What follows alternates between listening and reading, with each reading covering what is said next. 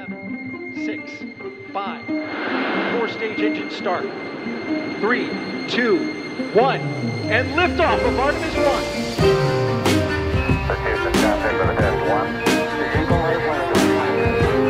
We rise together, back to the moon and beyond. Hi, I'm Kevin Fong, and this is Next Giant Leap, a special podcast series brought to you by GZERO Media in partnership with Canadian space company MDA.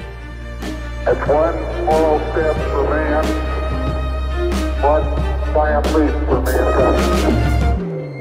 In 1969, Neil Armstrong's small step onto the lunar surface brought the first space race to a decisive end. But that Cold War battle for space supremacy was started by the launch of a satellite. Sputnik, a beach ball-sized metal sphere lobbed into orbit by the Soviet Union in 1957. Sputnik didn't do much apart from beep, but it did blaze the trail for the thousands of satellites that followed. Satellites have transformed weather forecasting. They give us GP navigation.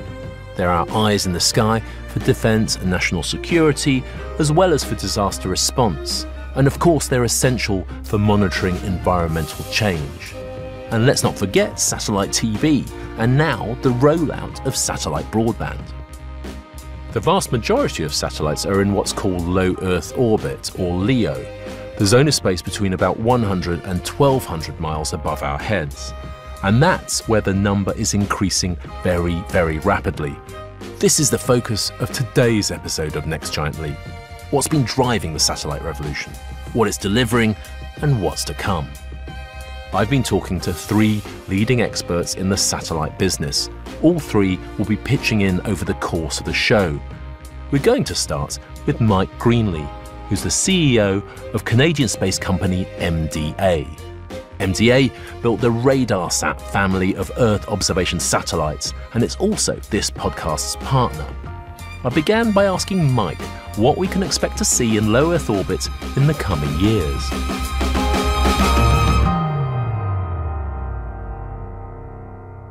There has been a tremendous increase, as we've gone from, up to a few thousand items that are in orbit around the Earth. But, we're about to go through a decade which will cause tens of thousands of items, satellites, to be in orbit around the Earth in a number of different categories. So some of those satellites will be space stations. We'll move from the International Space Station to commercial space stations, which will be used for tourism, for entertainment, as laboratories for science, as manufacturing industrial parks, to be able to create things in space. And then, of course, we'll have the next 2 categories of a lot of communications, building networks for the Earth in orbit, and Earth observation satellites. So I think we'll see all 3 categories of sort of a range of space stations and industrial parks, communications, and Earth observations expanding dramatically over the next 10 years. A vibrant vision of the low Earth orbit future there, but let's step back to the present. The growth in the number of satellites in operation has been exponential. For some stats, I turned to Clarissa Bryce Christensen, a prominent space industry analyst and the founder and CEO of Bryce Tech, an analytics consulting firm in the field of space and defense. In the last 25 years, total satellites have gone from about 500 active satellites to today around 8,000 active satellites. And the addition of those many thousands of satellites has happened in low Earth orbit, or LEO. And we're now in the middle of 2023. What is the rate at which we're deploying new satellites at the moment? In the first quarter of this year, we deployed nearly 1,000. Let me clarify what the nature of this growth is. Instead of a smaller number of very large satellites, mostly far away, we are seeing many, many small satellites very close in. There's a fair expectation that that will continue. There are companies investing in those systems, multiple companies deploying systems in low Earth orbit. We're at a really interesting time right now where those satellites are operating, and we are going to see in the next year or 2 or 3 how the business case really looks for this new generation of low Earth orbit satellites. What I wanted to know from MDA's Mike Greenlee was what's been powering the explosive rise in those satellite numbers. It seems that the largest driver or enabler has been the decreased cost of launch. And so if we go back to, space shuttle days, there's some number around $18,000, $20,000 a kilogram that it cost to launch something into orbit back in the days of the space shuttle.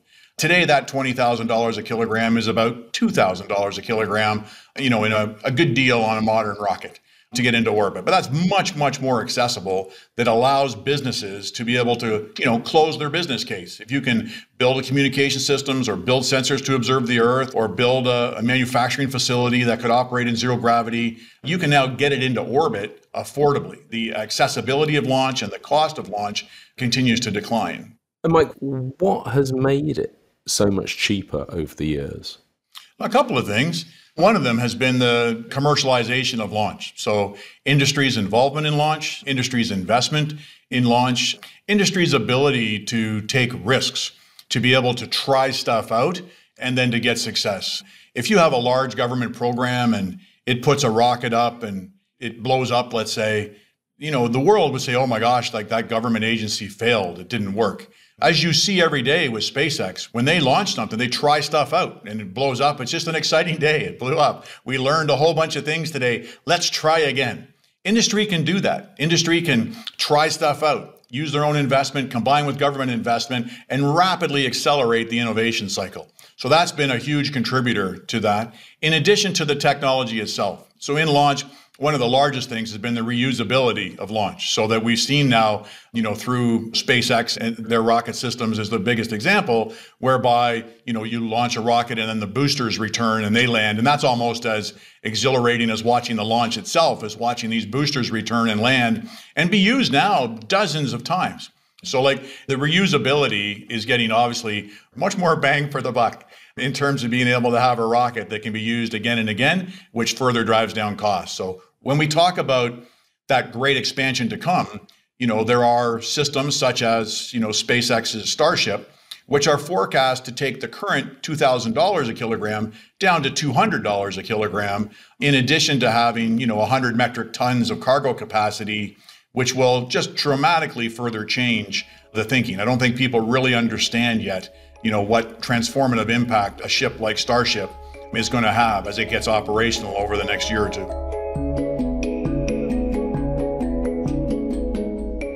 That growth is not only down to the plummeting launch costs.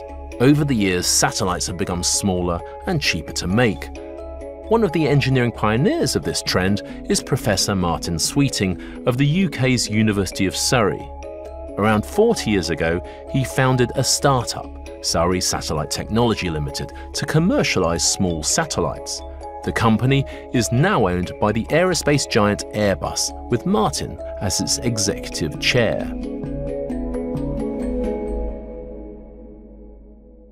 It all goes right the way back to the 1980s. And that was at the point at which I think for the first time we saw consumer microelectronics emerging, so that there was large production quantities and consequently the cost of consumer microelectronics dropped very dramatically. And yet you were able then to construct devices, initially microcomputers, which were very capable at very low cost and required much lower powers than perhaps previously. And I think the jump, if you like, was to say, right, okay, this commercially off-the-shelf technology could be applied to space. We could now manufacture satellites that could provide useful functions at a fraction of the cost, a fraction of the time, and a fraction of the size, which made them cheaper to build and to launch.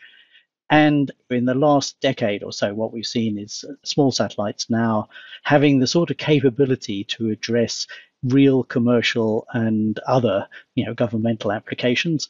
And so that really changed the whole commercial environment, but not just the commercial environment. It also has changed the way that the institutional space sector has been thinking about how it addresses some of its, government, civil, and indeed military government requirements. And I just want to get a sense of scale here, Martin. We say small, we say large. What did an old-fashioned 1990s large satellite look like compared to a small satellite, the sorts of things that you're launching many of today? Yes, I suppose the easiest thing to think of is that a large satellite will weigh a number of tons, metric tons, and it could be the size of of a good sized bus. Then there are mini satellites, which are probably the size of a small car. And then we have microsatellites, which are the size of a sort of domestic fridge. And then we have nanosatellites, which are probably the size of your briefcase, all the way down to the size of a loaf of bread.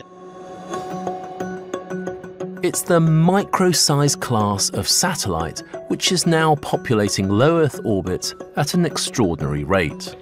SpaceX, go for launch. And as you just heard, the launch director has given the final go to proceed for launch. Let's sit back and watch as Falcon 9 takes our 56 Starlink satellites into space. T-minus 5, 4, 3, 2, 1, 0. Liftoff. Vehicles pitching downrange. That was just one tranche of Starlink communication satellites launched by SpaceX last month. Another launch in May delivered a further 56, and a third launched 52 more. 3, 2, 1, ignition, and liftoff of Starlink 5-6. Go Starlink, go Falcon. Ultimately, SpaceX aims to place some 12,000 of its broadband satellites into orbit, creating a vast fleet, a mega constellation to offer high-speed internet across the globe. And it's not the only company with this ambition. Clarissa Bryce Christensen, and then MDA's Mike Greenlee. So the large constellations of small satellites we see today are really responding to the data demand that we see today. Satellites historically provided broadcast television, among other services, but broadcast television has been the driver and the moneymaker of communications satellites. The way that people consume content has really changed. They're no longer watching television broadcasts. They are streaming content via broadband connections. And so the core of the business model for the LEO constellations we're hearing about, the communications constellations, is serving broadband users and serving them globally and ubiquitously. One of the big things about space-based communications and putting up space-based networks is the accessibility of communications regardless of where you live. So I think back in 2016 or that era, United Nations declared access to the internet a basic human right. And there's still, more than a third of the world that wouldn't have that access to the internet. And it's, challenging to create land-based laying cables to be able to create, that communications, or putting up towers to do that wirelessly. So space-based networks are going to be the ultimate equalizer and form of equity, so that regardless of where you live, you can have access to broad-based communications, access, therefore, to an education, access, therefore, to the ability to start or run a business online. So there's a tremendous, impact of space-based networks that can come to the Earth.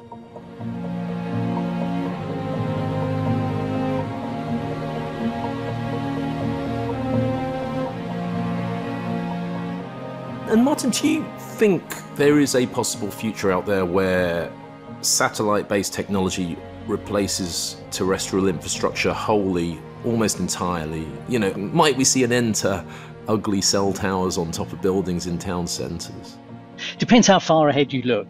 I think what we'll see is, of course, initially the real application is serving rural areas. And of course, that rural community, in the third world may mean that they can leapfrog the whole infrastructure. So when they're thinking about setting up a communications infrastructure in a remote country, which is just emerging in terms of its economic development, rather than putting in all the fiber and the poles and the wire and copper and everything else, they can jump straight into this. So I think we'll see two different directions. In the developing economies, we will see them leapfrogging. In the developed economies, I think we will see the majority of the application, outside the metropolitan areas. And then further over the horizon, it'll be interesting to see whether that actually supplants the fiber and the wireless infrastructure in the towns and cities.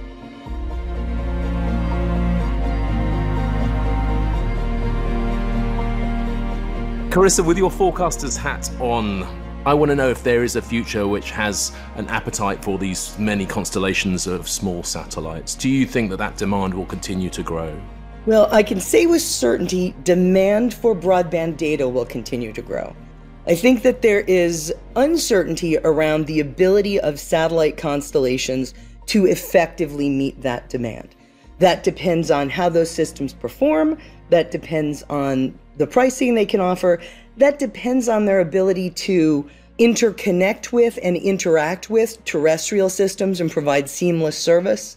So there's also an interesting dynamic that we've seen before, and that is systems are being deployed now by SpaceX and by Amazon and by a company based in the UK called OneWeb. And those systems are supported by substantial investment. If they financially fail, that doesn't mean they go away. That infrastructure that's been placed in space could be acquired by another group and operated. So the financial and business success of the system may be disconnected from the ongoing availability of that capability. And I think that's a really interesting question that we'll be seeing played out over the next few years. Because the cost of satellites and launching them has dropped so much, some companies outside of the space industry may choose to go their own way and put up their own satellite constellations. Large multinational corporations are starting to look at, their own space-based network. So I can rent time on somebody's network if I want some SpaceX time or something on Starlink, but I can also just put up my own network. So we're seeing today large agriculture machinery companies putting up their own space-based satellite network to connect all of their farming vehicles around the world for precision agriculture, increasing the speed and accuracy with which you can do agriculture. We're seeing automotive companies putting money aside to be able to connect up all their cars driving around the world. That can turn into car features as a service, but that can also cause smart cars to occur. So as corporations get access to these private networks that enhance their businesses, a wide range of the services that we receive in our life will be enhanced as a result of those space-based networks.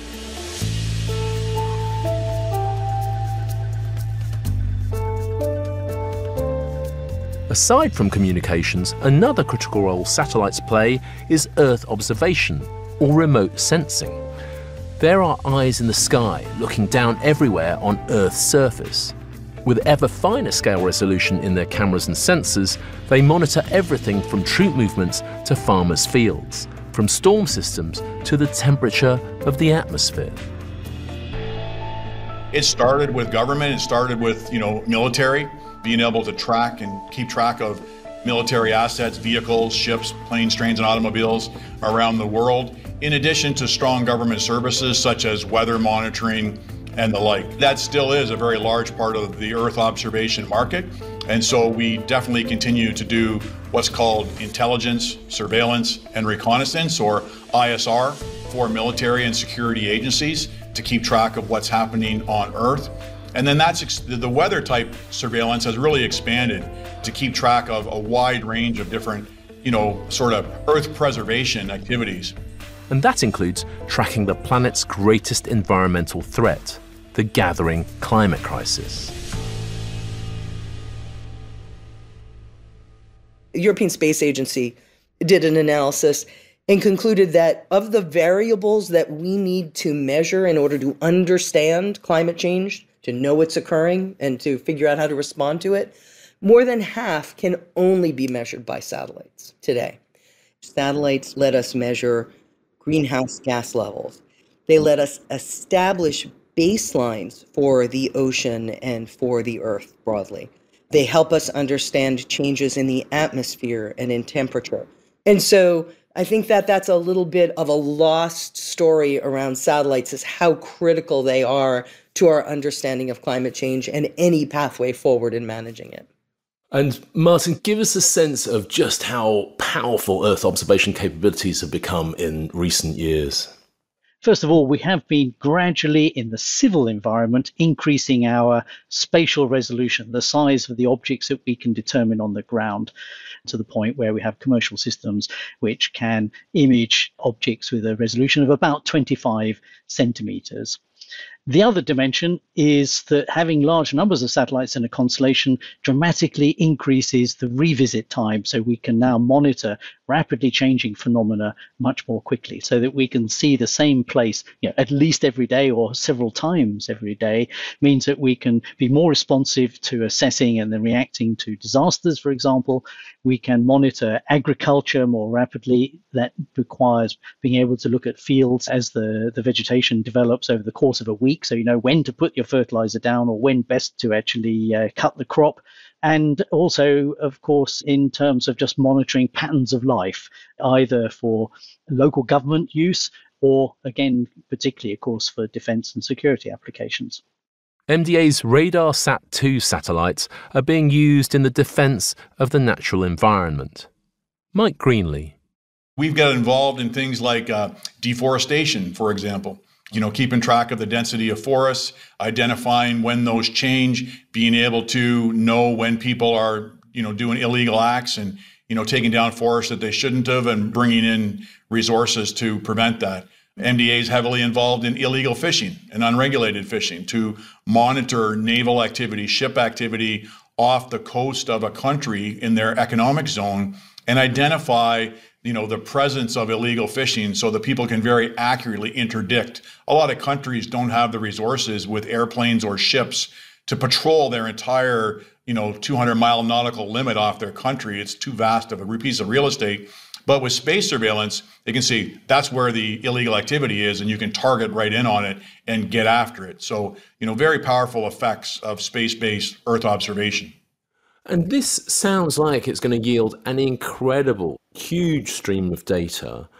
How are we going to filter all that down? How are we going to process that? And in particular here, I'm wondering on the role, if any, of artificial intelligence, AI.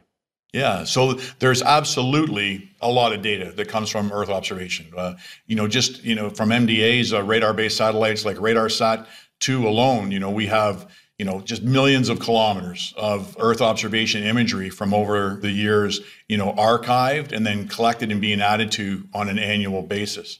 For sure, artificial intelligence and machine learning has a tremendous role to play. I mentioned illegal fishing as an example. For illegal fishing, we'll often fuse, multiple sensor types, radar sensors, optical sensors, radio signal sensors, a number of different sensors from space. We'll fuse them together to say, where are each of the ships? And then we'll use often artificial intelligence or machine learning algorithms to look at the behavior of a ship to say, okay, there's a ship, everything's turned off on that ship, but it's moving in a pattern that is a fishing pattern. That's a fishing vessel doing illegal activity, raise the flag. That's a very simple example whereby you're massively able to process much more data and do it much faster as a result of artificial intelligence and machine learning. One of the benefits of that that's going to come over time is that processing, which today we often still do in computers on the ground, but that will move up into the satellite, into onboard processing. So, if you wanted to find all the ships, instead of bringing all the data down and then analyzing it to find all the ships, if you just process it on the satellite and say, send me the location of ships, then all that processing is done in orbit, and just the ship information could come down as a much smaller data package, just the information the customer wants. So it's increasing our speed and capacity to handle volumes of data today. And in the future, it will increase the speed and accuracy of just solid information coming directly from satellites as more information is processed on board the satellite itself. The manifold benefits of ever more satellites and increasingly smarter ones are easy to understand. But with many tens of thousands more up in low Earth orbit by the end of this decade, there's a problem which can't be ignored: congestion and an increasing risk of collisions. In low Earth orbit, objects are moving at tens of thousands of miles an hour. Collisions can knock out satellites and create high-speed debris, which can damage yet more satellites and even space stations. everyone's concerned as low Earth orbit becomes busier and busier. It's busy not just because of the numbers of satellites, which of course has been dramatically increasing in the last few years even, but because of the debris that has been caused one way or the other that's in orbit. And these can be bits of defunct satellites which have sort of spontaneously broken up into thousands of pieces or been deliberately targeted to do that, plus just the sort of detritus that comes from launches over the last 5 decades. The risk is that any of those satellites break up into thousands of their component parts, through problems with propulsion or indeed collision. And so the risk is real, relatively low. There are warnings of conjunctions between satellites and other satellites or debris, numbers of times per day now, and therefore some of the satellite operators have to maneuver their satellites out of the way. But, it's a growing concern, and therefore, rather like we have on Earth to be careful about what we do with our rubbish on Earth and try to minimize it, we need to do exactly the same thing in space. Because if we pollute that very popular and valuable orbit slice from 400 to 2,000 kilometers with a lot of junk, we won't be able to benefit from those applications that we just previously been discussing. And it's not just that it will affect one company or one country, it will affect everybody. And Clarissa, what do you think? Too much congestion in low Earth orbit, a worry or not a worry? It's certainly a worry. To me, this is absolutely where we should see the benefit of government. Government working for the public good is really the only effective mechanism that we've ever seen for managing significant pollution, the tragedy of the commons problem.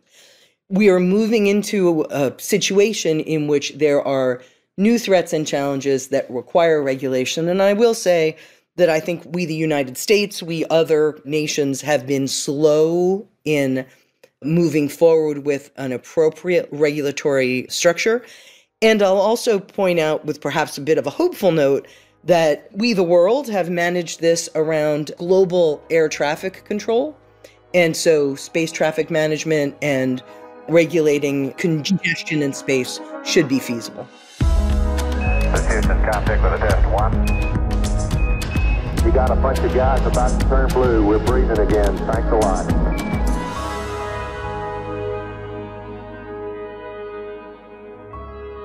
Yeah, certainly the whole industry is talking about, what level of, regulation or governance do we need to have over ourselves as a global community operating in orbit around the Earth. So there's some minimal governance there, but not a lot, and not a lot of behavioral governance. And so there's definitely a lot of conversation about, where is that going to go? If we go back to the early days of ocean-based exploration and operation, and we, as a global community, created the laws of the sea, and we all operate by the laws of the sea, or started in aviation and created the laws of flying around the Earth. We've been through this a couple of times in the past. Now we need to do it again. For what kind of governance are we going to give ourselves and behavioral norms to be able to operate in orbit around the Earth, or at some point live and work on the moon? So there's going to be an expectation that we organize ourselves and sort ourselves out in that regard. In the absence of that, we're only destructive to each other. If we start banging into each other, or if people start to get combative in any way and, create just debris in orbit, then that only hurts yourself and everybody else. So it's in everyone's interest to find, the governance to organize ourselves as this continues to emerge.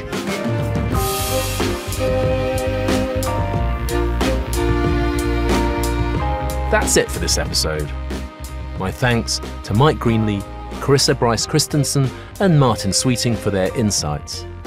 From GZERO Media, this is Next Giant Leap, made in partnership with MDA. I'm Kevin Fong. To hear the whole series, check out the GZERO World Podcast feed wherever you get your podcasts.